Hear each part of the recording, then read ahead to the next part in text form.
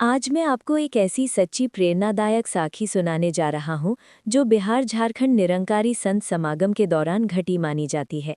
ये साखी हमें ये समझाती है कि जब इंसान सच्चे दिल से निरंकार को याद करता है और सद्गुरु पर भरोसा करता है तो निरंकार अपनी कृपा से ऐसे ऐसे चमत्कार कर देता है जिन्हें देखकर इंसान का विश्वास और भी गहरा हो जाता है। समागम की तैयारी। बात कुछ समय पहले की है।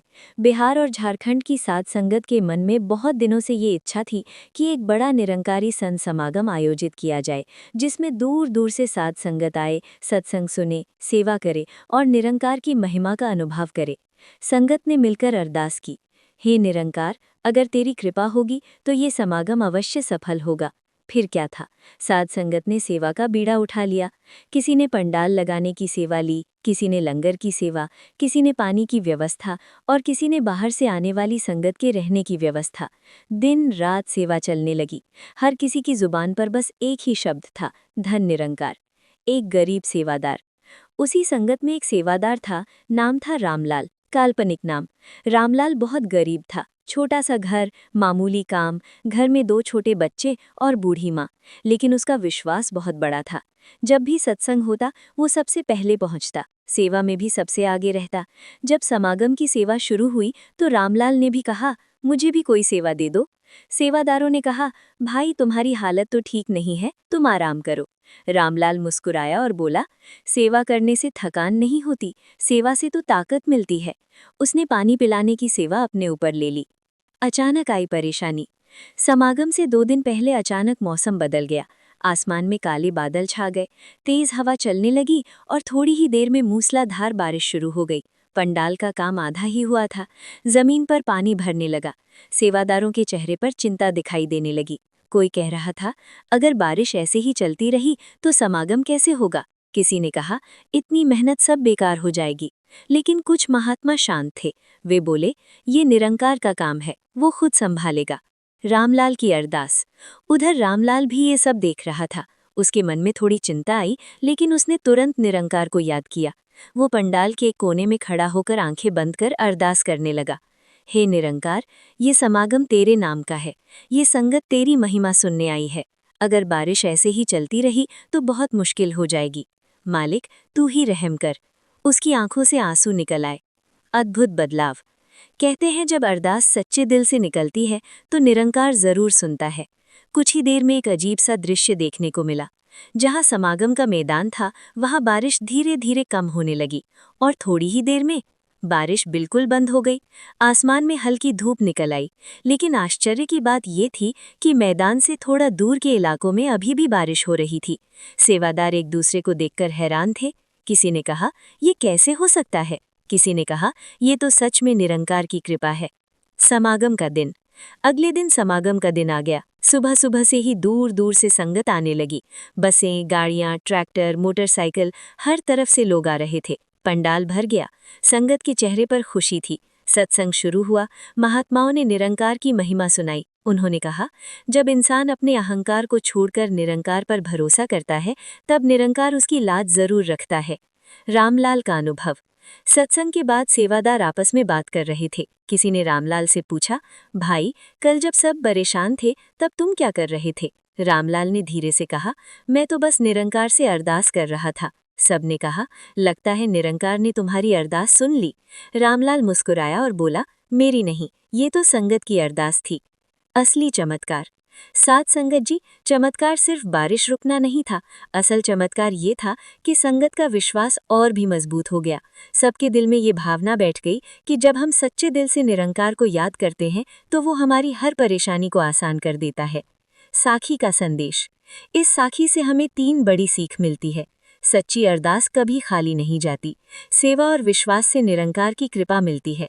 जब संगत एक होकर निरंकार को याद करती है तो असंभव भी संभव हो जाता है। अंत में साध संगत जी यही कहना है, जब भी जीवन में मुश्किल आए घबराना नहीं, बस सच्चे दिल से निरंकार को याद करना, क्योंकि जहाँ इंसान की सोच खत्म होती है वहाँ से निरंकार की कृपा शुरू होती है। साध संगत जी, प्यार से बोलिए, धन निरंकार जी। दासी आप जी के चरणों में विनम्र अरदास करती है कि कृपया इस कहानी को पूरा सुनें, अधूरा न छोड़ें, क्योंकि ये कहानी किसी एक व्यक्ति की नहीं, हम सब की है। मनुष्य के जीवन का सबसे बड़ा और गहरा प्रश्न है, अंत में साथ क्या जाएगा। ये प्रश्न तब नहीं उठता जब जीवन सुख में बह रहा होता है। ये प्रश्न तब उठता है जब किसी अपने की अर्थी कंधे पर उठती है, जब शमशान की आग सामने जलती है, जब सफ़ेद चादर में लिपटा हुआ शरीर हमें देखे बिना चला जाता है और मन भीतर से हिल जाता है। उस क्षण मन पूछता है, जो इतना जोड़ा वो कहाँ गया, जो इतना चाहा वो किसके काम आया, और जो मैं हूँ वो कौन है। मनुष्य जन्म से मृत्यु तक जोड़ता ही रहता है, धन, संबंध, पहचान, प्रतिष्ठा, अधिकार, घर, गाड़ी, जमीन। लेकिन क्या उसने कभी गंभीरता से बैठकर सोचा है कि मृत्यु के समय इनमें से क्या सचमुच उसके साथ जाएगा। मृत्यु किसी को देखकर नहीं आती, न उम्र देखकर, न पद देखकर, न धर्म देखकर, न अमीरी गरीबी देखकर। राजा भी गया, रंक भी गया, जो आया है उसे जाना ही है। निरंकारी विचार हमें डराने के लिए मृत्यु की बात नहीं करता, बल्कि जीवन को सही दिशा देने के लिए ये प्रश्न उठाता है। एक बार एक बहुत धनी व्यक्ति था। उसने जीवन भर मेहनत की, व्यापार बढ़ाया, बंगले बनाए, नाम कमाया। लोग उसे देखकर कहते, क्या जीवन है। लेकिन एक दिन अचानक उसे गंभीर बीमारी ने घेर लिया। अस्पताल का कमरा, मशीनों की आवाज़, परिवार के लोग बाहर रो रहे थे। वो व्यक्ति बिस्तर पर लेटा छत को देख रहा था। उसकी आंखों में पहली बार डर था। उसने अपने बेटे का हाथ पकड़कर कहा, बेटा, बैंक का लॉकर संभाल लेना। बेटे की आंखों से आंसू गिर रहे थे, लेकिन वो कुछ कह न सका। कुछ ही क्षणों में उसकी सांसें रुक गईं। उस दिन समझ आया, बैंक बैलेंस यहीं रह गया, जमीन जायदाद यहीं रह गई, सोना चांदी यहीं रह गया, पर वो चला गया। जो जीवन भर जोड़ा वो अंतिम समय छूने तक को नहीं मिला। निरंकारी दृष्टि कहती है, धन साधन है, साध्य नहीं। जो धन को ही लक्ष्य बना लेता है वो अंत में खाली हाथ जाता है। सबसे कठिन क्षण तब आता है जब मनुष्य समझता है, माँ साथ नहीं जाएगी, पिता साथ नहीं जाएंगे, पत्नी बच्चे साथ नहीं जाएंगे, मित्र साथ नहीं जाएंगे, सब रोएंगे, सब दुखी होंगे, पर उस अंतिम यात्रा पर कोई साथ नहीं चलेगा। ये बात कठोर लग सकती है, पर सच्चाई है। मनुष्य कहता है, मैं सुंदर हूँ, मैं स्वस्थ हूँ, मैं शक्तिशाली हूँ, लेकिन मृत्यु के समय वही शरीर या तो जला दिया जाता है या दफना दिया जाता है। निरंकारी ज्ञान पूछता है, यदि शरीर ही सब कुछ था तो मैं कहाँ चला गया। यहीं से आत्मा का प्रश्न उठता है। निरंकारी दर्शन सिखाता है, शरीर नश्वर है, आत्मा चेतन है, परमात्मा निराकार है।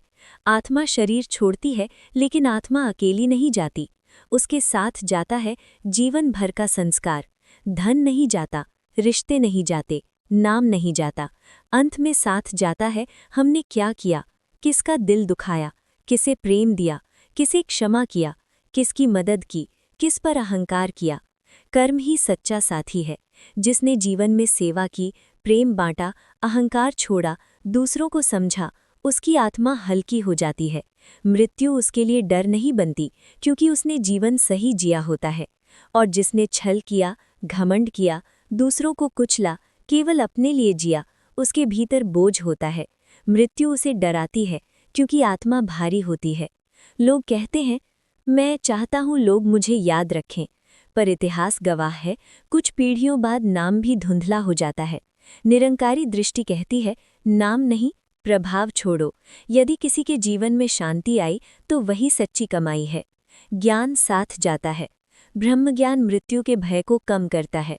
जो जान लेता है कि मैं शरीर नहीं चेतना हूँ, उसके लिए मृत्यु अंत नहीं रहती। सेवा साथ जाती है, पर सेवा बिना नाम की, बिना श्रेय की, बिना अपेक्षा की। दिखावे की सेवा अहंकार बढ़ाती है। समझ से की गई सेवा आत्मा को हल्का करती है। निरंकारी जीवन सिखाता है, माया से भागो मत, पर उसे अस्थायी जानकर जियो। धन, पद, सुंदरता, सत्ता सब माया के रूप है। मनुष्य सोचता है, अब मैं सुरक्षित हूँ, पर मृत्यु एक क्षण में बता देती है, सुरक्षा बाहर नहीं, भीतर होती है। दुख वस्तु से नहीं होता, दुख पकड़ से होता है। मेरा घर, मेरा पैसा, मेरा परिवार, मेरी इज्जत। जब मेरा बहुत बढ़ जाता है तो मैं दुखी हो जाता हूँ। जिसने छोड़ना सीख लिया उसके लिए अंत भयावह नहीं रहता। अहंकार कहता है, मैंने कमाया, मैंने बनाया, मैंने हासिल किया, पर मृत्यु के समय अहंकार भी चुप हो जाता है।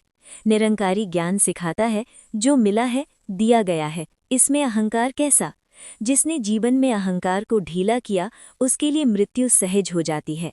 सबसे दुखद मृत्यु वो है जिसमें पछतावा हो, काश समय दिया होता, काश माफ कर दिया होता, काश सही जिया होता। निरंकारी जीवन कहता है, ऐसा जियो कि अंत में पछतावा न रहे।